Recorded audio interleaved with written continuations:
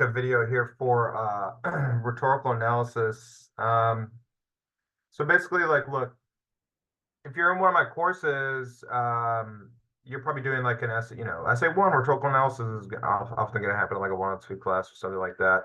We do this in 101 too, kind of like with the evaluation of the review, but this is kind of an even more condensed or like distilled version of that. So check it out. First, like, I mean, here's how we're going to do it. I'm going to try and do this in like 5 minutes to show you exactly what we're going for. First things first, I'd open the notes, right? It's hyperlinked there. Just click. If there's a hyperlink, obviously just click it. For the love of God.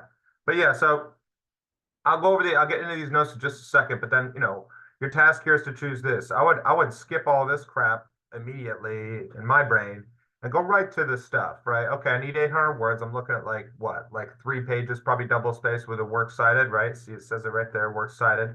Okay, so you already need to know how to do that. I got videos on that too, but we'll get into that in just a second too. 800 words, yeah. Analyze a rhetorical strategy. Be like, oh God, what are those? Boom, right here, baby.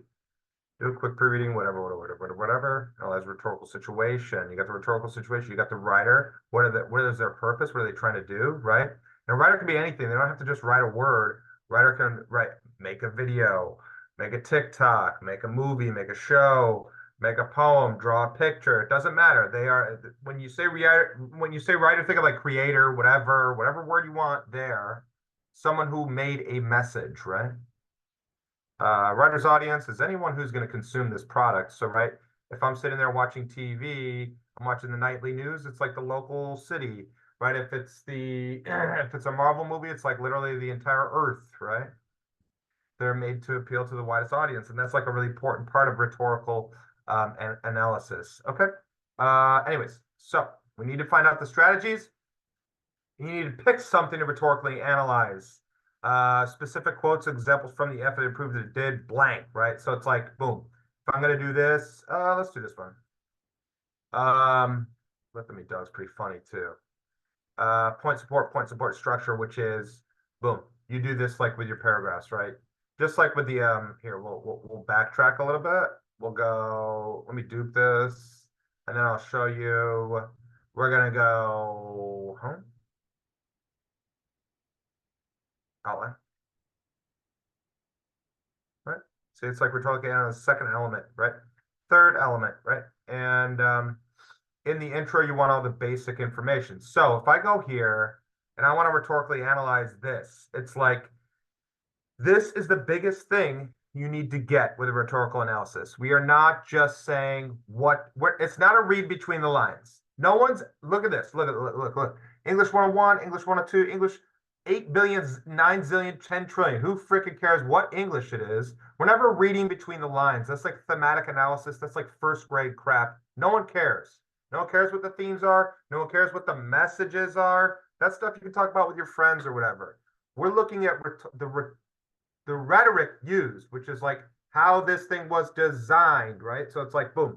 If I want to rhetorically analyze this pen, I don't say, oh, what's the hidden message that, we're trying to communicate and the world's trying to be a better place. No, it's a frickin' pen that needs to write frickin' messages or words for the user, right? How does it achieve that? It has created a streamlined function that fits straight into your hand and delivers ink out of the ballpoint with the use of gravity. It's even got a frickin' grip on it. Does it do all those things well? That's up to you to determine. This is your thing. So writing is a little bit harder, I think, but oftentimes students do want to choose it. Writing is a little bit harder because it's like you really got to figure out what the hell the writer wants to tell you. You think about like something like a Marvel movie. What is their main goal? To make money and entertain you with lots of bright, shiny lights. Does it achieve that? Some more than others, right? But almost every Marvel movie achieves its goals, because their goals are so simplistic, right? They're not trying to solve world hunger. They're trying to make 12 bucks off of you. And every time you go in that damn movie theater, they do it, right? It's fine. It's a successful thing. Makes billions of dollars, whatever. But that's the type of stuff you need to get into. You need to figure out what the ultimate goal of something is, and did it achieve it, and how? Okay. So how, not why. We aren't doing the why. Don't do the why. Please don't do the why. We're just looking at the how something is constructed. So if we come back here, so if we want to do this thing, why we create horror movies, This is a very short essay. That's why I like signing up for class because it's very short. It's double spaced, all crispy, right? It's just about Stephen King. It's like a little blurb, really, more or less. I mean, it's like 1,000 words. It's like 900 words or something. Um, it's just about, it's just Stephen King giving us a few ideas of why we might crave horror movies, right? It's just like a little kind of like blog-ish post, which is important in the design of it, right? He's not trying to reinvent the wheel. He's not trying to split the atom, right? He's not trying to fly rockets to the moon. He's just trying to give you like a little metaphor for horror movies. And that's what he does. And that's how he achieves it is he uses metaphor, right? He talks about riding a roller coaster. All right. Other stuff he has, an interesting use of punctuation. He uses his voice very well. That's a trademark of Stephen King, right? And he says like things like, and of course, those final worms and grubs that are waiting so patiently underground, right? Which is a way of saying you're going to die eventually, right? He just has a lot of these cheeky mannerisms, cheeky stylistic choices that go into his product. So I got to move it along. But if we were going to do this, why we crave horror movies by Stephen, you could say why we crave horror movies. You put it in quotes for MLA because it's the title of an article. Why we crave horror movies is a short, quippy, we'll say short, witty, I'll say love letter. No, it's not even a love letter. A short, witty defense of horror movies and general populace, the general pops, let's say the mainstream popular, is a defense of horror movies and the mainstream success and attraction of those written by Stephen King. Okay. And then you say like this is where you get into the goals. Like its aims are to, I don't know. Its aims are to, convince the slightly unconvinced, right? And also defend those who live and die by the horror genre, right? Stuff like this. And then you say it achieves these goals through various means, most importantly is the metaphor of riding a roller coaster. Secondly, King uses his cheeky voice, blah, blah, blah, blah, blah, blah, blah, blah, blah.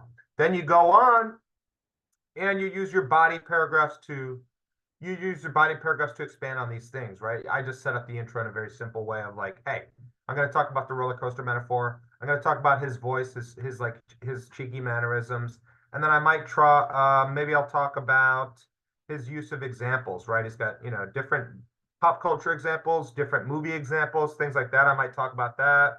Maybe I'll talk about the brevity of it, how it's so quick and fast, something like that. I need one more because I said three, right? You might go into the this stuff, this persuasive writing notes, rhetorical triangle, ethos, pathos, and logos. In this one, it's probably going to be mostly like credibility, because like who else are we going to talk like ethos, like right? King relies heavily on his mastery of the horror genre, right? It'd be like reading an essay about shooting a jump shot from Michael Jordan or LeBron James or something, right? High credibility, high credibility.